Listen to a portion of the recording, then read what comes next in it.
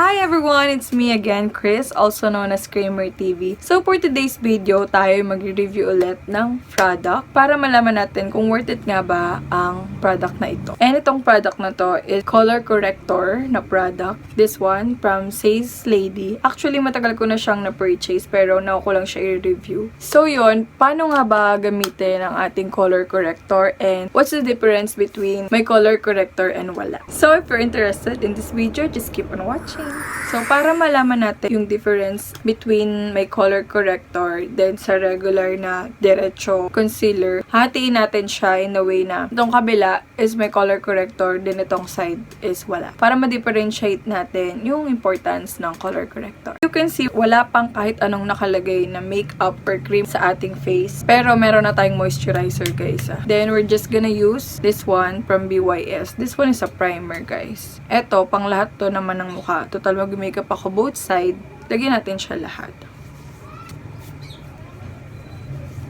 Ang primer, guys, ginagamit siya para mag-intact yung makeup sa face natin. Ito, akala nyo wala siyang epekto, pero meron. This one and the setting spray, napakalaki ng difference niya pag gumagamit tayo ng makeup. Kasi, dito nakasalalay kung kakapit yung makeup sa ating face. Then, yung setting spray, ginagamit siya para kumapit yung makeup sa atin ng matagal. This one, maganda yung pagkakalagay ng makeup sa mukha natin, pagkakalapat. And this one, para tumagal ang ating makeup sa mukha. Primer and setting spray. So, ano nga ba yung mga uses ng color corrector? This one is the concealer. And this one, kung ano yung tone ng face nyo. This one is medyo dark yung skin natin or morena. This one. Ako, morena ako pero mas prepared ko yung white kasi ako po ay acidic na skin type. Acidic means pagka nilapatan mo yung mukha ko ng kakulay ng balat ko, later on, magda-darken siya. So, mas iitim yung face ko. Diba, kakulay ko siya. Magda-darken yung makeup sa mukha ko. Pagka normal lang, hindi ka acidic, kahit color ng balat mo, okay lang. Kasi hindi naman na siya magda-dark. Once na acidic ka, kailangan mas light ng konti sa balat mo yung makeup na ilalagay mo. So, mas prepared ko tong white. Pero, yun yung dalawa ha. Itong orange and itong light green. Itong orange, ginagamit siya sa mga dark na parts ng inyong face. Like this one. Yung under eye. Then, ito din. Ito nakaka-confuse kung dark siya or ano eh. Kasi diba may time na parang reddish siya. Yan. Basta mostly itong orange, ginagamit siya sa under eye. Then, itong, ano bang color to? Blue, green. Basta itong, ano na to, color na to. Pang reddish siya. Like pimples. Something like that. Pimples, then this one, dark na parts ng face. So, let's begin. Alam nyo, ang dami kong sinabi kanina, no? Sa likod pala niya, tingnan mo, tagal ko na tong nabili, pero ngayon ko lang to nasipat. Sa likod niya, may nakalagay yung color niya and kung paano gamitin. Sorry naman. So, yun, let's use it na. Let's start muna kay green. Total, siya yung light. Total, may mga redness din ako sa face. Then, ito yung gamitin natin. Itong side na lang yung wala. Ito yung meron. Hindi ko na malagyan lahat. Then, next naman natin, guys, itong orange. Para sa ating dark circle quest chart. Dark circle quest. Ano to? Ayan. Buti nga hindi masyadong dark yung ating eyes eh. Isa tayo sa pinagpala. Ito, alam ko dapat onti. Parang nasobrahan ka dahil. Blend ko na lang sa kamay.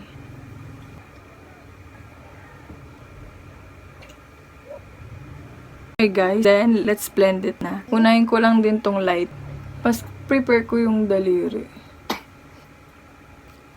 Then, after the blend, and medyo ano pa siya, no? Next naman natin is yung foundation. So, sasabayan ko na siya rito, para lang makita natin yung difference. Same procedure pa rin, pero this part, agad lang tayo ng color corrector.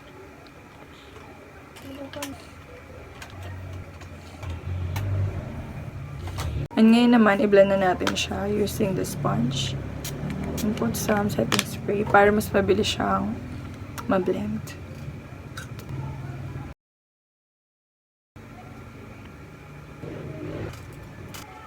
So, yun. After naman yan, we're gonna do concealer. And wala akong concealer na mas light sa ano ko. So, this one, gamitin ko siya. Itong ivory. And tingnan natin difference pareho nating lalagyan. Pero dito, yun o, halata pa rin yung redness niya, no? Ditong part, hindi. Kasi nalagyan ko siya ng green, right? So, dito, hindi ko siya masyadong nakikita kasi nga, yung orange is darkened, diba? So, we need to have concealer talaga. Color corrector lang is to minimize yung concealer na paglalagay. And this one, no, dito effective siya. Dito kasi, kailangan niya talagang magkaroon ng concealer. Kasi nga, ito ay dark. This one, diba? Wala. So, let's do the concealer.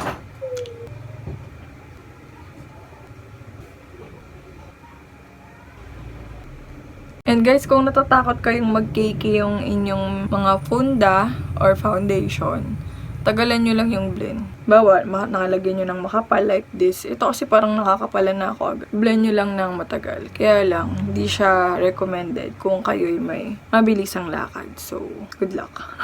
So, yun. For me, guys, kung ako yung tatanungin, honest review, hindi ko masyadong makita yung difference niya. Kasi tignan mo, same lang na procedure. Yung tignan ko talagang maigi. Mabash man ako pero honest lang po. Or may pagkamali lang sa procedure ko. Hindi ko sure pero kung tama yung procedure ko, then hindi lang siya siguro talaga. So yon, I hope this video helped guys if you're finding added sa inyong makeup. See you on my next review guys. Bye!